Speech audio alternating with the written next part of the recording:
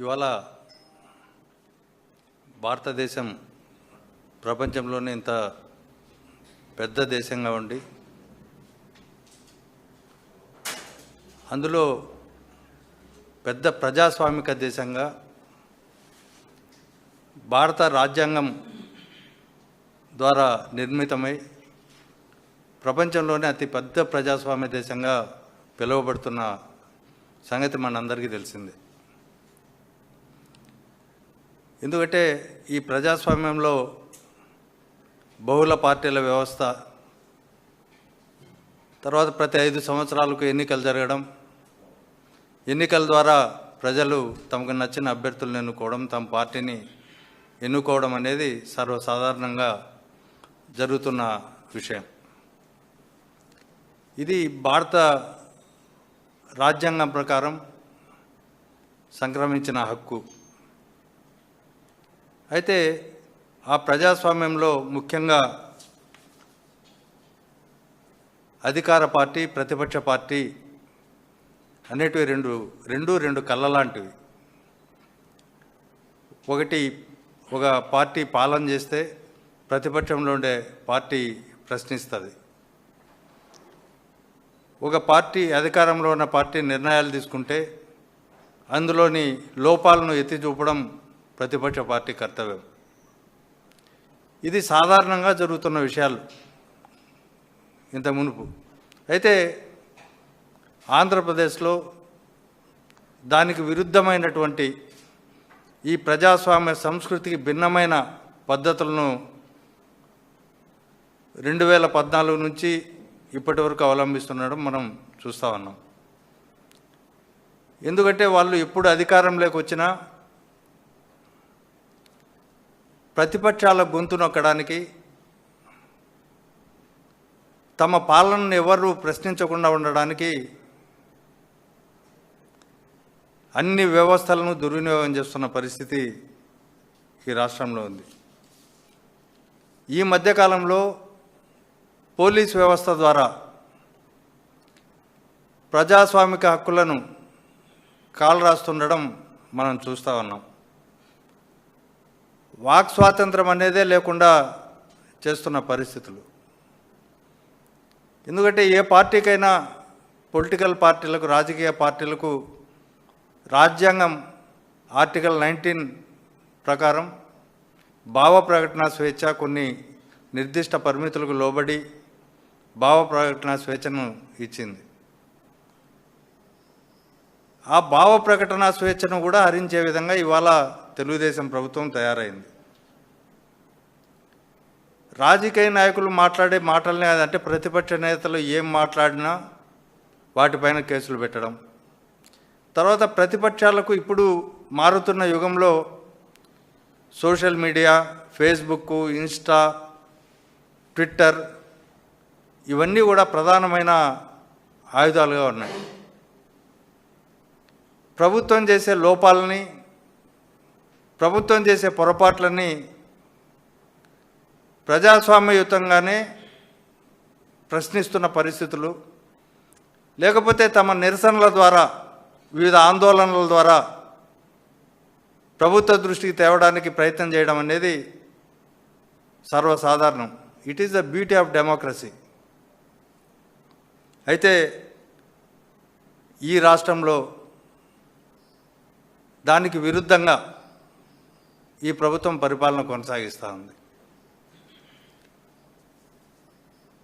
ఈ రాష్ట్రంలో ముఖ్యంగా ఇప్పుడు హత్యలైనా, అత్యాచారాలైనా, లేకపోతే మానభంగాలైనా, లేకపోతే దొంగతనాలైనా, ఎలాంటి నేరాలైనా వాటికంటే కూడా అతి పెద్ద నేరం ఏంటంటే పౌరులు స్వేచ్ఛగా, స్వతంత్రంగా తమ అభిప్రాయాలను తెలియజెప్పడాన్ని అతి పెద్ద నేరంగా చూస్తుంది.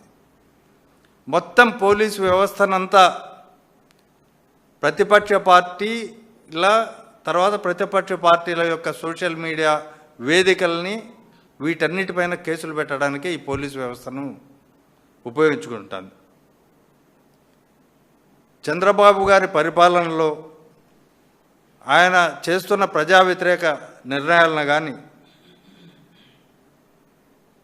ఎవరైనా ప్రశ్నిస్తే వాళ్ళు వెంటనే తీవ్రవాదుల కంటే ఎక్కువగా చూసే పరిస్థితి ఈ రాష్ట్రంలో ఉంది. అయితే దీంట్లో దానికి భిన్నంగా చంద్రబాబు గారు కానీ, ఆయన పార్టీ వాళ్ళు కానీ, ఆయన మీడియా కానీ, వాళ్ళు ఎవరు ఏమైనా మాట్లాడచ్చు, ఎలాంటి దూషణలైనా చేయొచ్చు, ఎవరినైనా తిట్టచ్చు, ఏం చేసినా వాళ్ళు మాత్రం దానికి అతీతులు చట్టానికి. ప్రతిపక్ష పార్టీలు మాత్రం ప్రజాస్వామికయుతంగానే ప్రశ్నిస్తే కూడా అది తీవ్రవాదుల కంటే పెద్ద నేరంగా భావించే రోజులు ఇవి చూస్తున్నాం. ఇవి ముఖ్యంగా ఇటీవల కాలంలో మనం చూస్తే వైఎస్ఆర్ కాంగ్రెస్ పార్టీ అఫీషియల్ హ్యాండిల్ని, ఇన్స్టాగ్రామ్ని తొలగించడం. అది ఎట్లా తొలగించారు? పోలీసు వ్యవస్థ ద్వారా రిపోర్ట్లు పంపించి దాన్ని తొలగించారు. ఏంటి అందులో ఏమైనా అసభ్యకరమైనవి లేకపోతే ఏదైనా ఉందా? ఏం లేవు అట్లాంటివి. మామూలుగానే వాటిల్లో ముఖ్యంగా ప్రభుత్వ విధానాలను సహేతుకంగా విమర్శించిన పోస్టులే అందులో ఎక్స్ హ్యాండిల్లో ఉంటే వాటిల్లో కూడా వాటిపైన కూడా నోటీసులు ఇస్తున్న సందర్భం చూస్తున్నాం.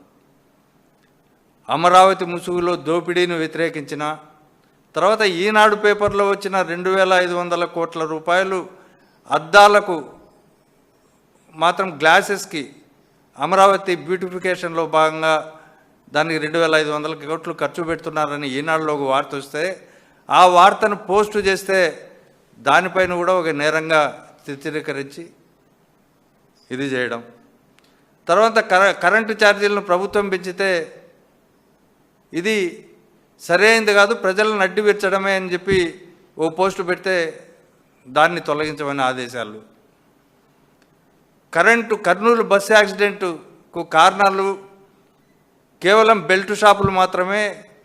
ఆ రోజు జరిగిన సంఘటనలో 19 మంది ప్రాణాలు కోల్పోవడానికి కారణం ఈ ప్రభుత్వం నిర్వహిస్తున్నటువంటి మద్యం పాలసీ, అలాగే విచ్చలవిడిగా ఉన్నటువంటి బెల్ట్ షాపులన్నీ ప్రశ్నిస్తే అది ఒక నేరమే. దానిపైన ఎఫ్ఐఆర్లు, తర్వాత దానిపైన అన్నిటికీ కంప్లైంట్లు. తర్వాత టీటీడీ చైర్మన్ బిఆర్ నాయుడు గారి రాసలీలల గురించి వీడియోలు వస్తే అవి మాధ్యమాల్లో ప్రసారమైతే వాటిపైన కేసులు. రెడ్ బుక్ రాజ్యాంగాన్ని విమర్శించినా సరే సోషల్ మీడియా హ్యాండిల్స్పై అక్రమ కేసులు ఇవన్నీ పెడతా ఉండడం ఈ రాష్ట్రంలో సర్వసాధారణంగా జరుగుతూ ఉంది. అదేవిధంగా ఇప్పుడు కొత్త పద్ధతి ఏంటంటే చంద్రబాబు గారు అనుసరిస్తున్న కొత్త పద్ధతి శాంతి భద్రతల నిర్వహణకు కానీ, శాంతియుతమైన సమాజంలో అశాంతి లేకుండా శాంతి భద్రతలను కాపాడాల్సినటువంటి పోలీసు వ్యవస్థను మొత్తం తన పార్టీ ప్రయోజనాల కోసం, అలాగే ప్రతిపక్ష పార్టీకి ఉన్న మీడియాలని వేధించడం కోసం సర్వశక్తులు ఒడ్డేలా పోలీసు యంత్రాంగాన్ని తన గుప్పిట్లో పెట్టుకుని వ్యవహరిస్తున్నారు. దీన్ని చంద్రబాబుకు అడుగులకు మడుగులొత్తే కొంతమంది అధికారులు తమ భుజాన వేసుకొని వీరభక్తి ప్రదర్శిస్తూ రాజ్యాంగానికి వ్యతిరేకంగా, క్రిమినల్ జస్టిస్ సిస్టానికి వ్యతిరేకంగా, చట్టాలకు వ్యతిరేకంగా వాళ్ళు ఇవాళ ప్రవర్తిస్తున్నారు. లేని అధికారాలను ఉపయోగించుకుంటున్నారు.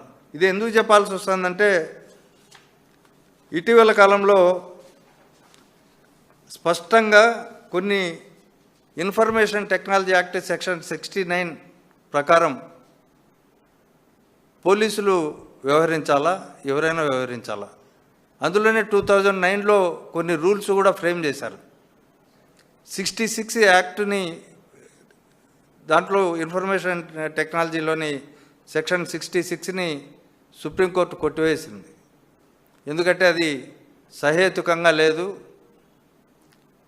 మితిమీరిన ఆంక్షలు ఉన్నాయి, ఇది ప్రజాస్వామ్యానికి మనుగడకు ప్రమాదం అని చెప్పి. తర్వాత ఇప్పుడు 69 యాక్ట్ 69 సెక్షన్ ప్రకారం తర్వాత 2009లో కేంద్రం రూపొందించిన రూల్స్ ప్రకారం ఇవాళ ఎవరైనా నడుచుకోవాల్సిందే, ఏ పార్టీ అయినా ఎవరైనా ఏదైనా ఒక హ్యాండిల్లో ట్విట్టర్లో కానీ ఫేస్బుక్లో కానీ ఇన్స్టాలో కానీ ఏదైనా ఒక వీడియో కానీ లేకపోతే ఒక కంటెంట్ కానీ పోస్ట్ చేస్తే అది వాళ్ళకి ఇబ్బందికరంగా ఉంది అంటే వాళ్లకు ఒక మెకానిజం ఉంది, ఆ మెకానిజం ద్వారా మాత్రమే పోవాలా. ఫస్ట్ ఆ కంటెంట్కు సంబంధించిన నోటీస్ ఇవ్వాలా. బాధితులు తర్వాత కంప్లైంట్ ఇచ్చిన వాళ్ళు వాళ్ళిద్దరితో కూడా వివరణ తీసుకోవాలా. వాళ్ళిద్దరికీ రీజనబుల్గా హియరింగ్ అవకాశాలు ఇవ్వాలా. ఇచ్చిన తర్వాత కమిటీకి రెఫర్ చేసి కమిటీ అప్రూవల్ చేస్తే అప్పుడు ఆ కంటెంట్ని రిమూవ్ చేయొచ్చా లేదా అనేది వాళ్ళు నిర్ధారిస్తారు. ఆ కంటెంట్ మేరకు మాత్రమే ఇది స్పష్టంగా చెప్పదలుచుకున్నాం. ఒకవేళ ఆ వీడియో కానీ లేకపోతే ఆ సందేశం ఏదైతే ఉందో దాన్ని మాత్రమే తొలగించాలి.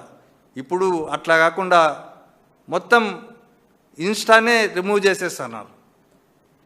తర్వాత ఫేస్బుక్ అకౌంట్లకు పోలీసులే డైరెక్ట్గా పంపిస్తూ ఉన్నారు వాళ్ళు కంప్లైంట్లు ఫేస్బుక్కి వీటన్నిటికీ.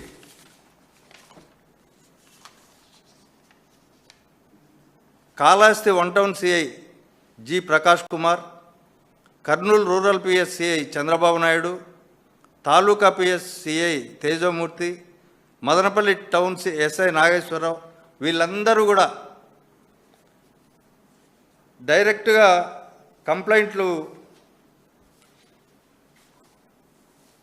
ఫేస్బుక్కు, ఇన్స్టాగ్రామ్కి, తర్వాత ట్విట్టర్కి వీళ్ళందరికీ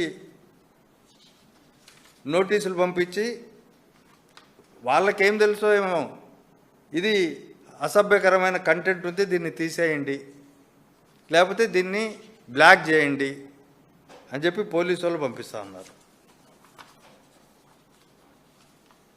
ఒక ట్విట్టర్ మాత్రం నోటీసులు ఇస్తూ ఉంది, మిగతా ఫేస్బుక్ తర్వాత మిగతా వాటిల్లో డైరెక్ట్గా రిమూవ్ చేసేస్తూ ఉన్నారు పోలీస్ కంప్లైంట్లను బేస్ చేసుకొని.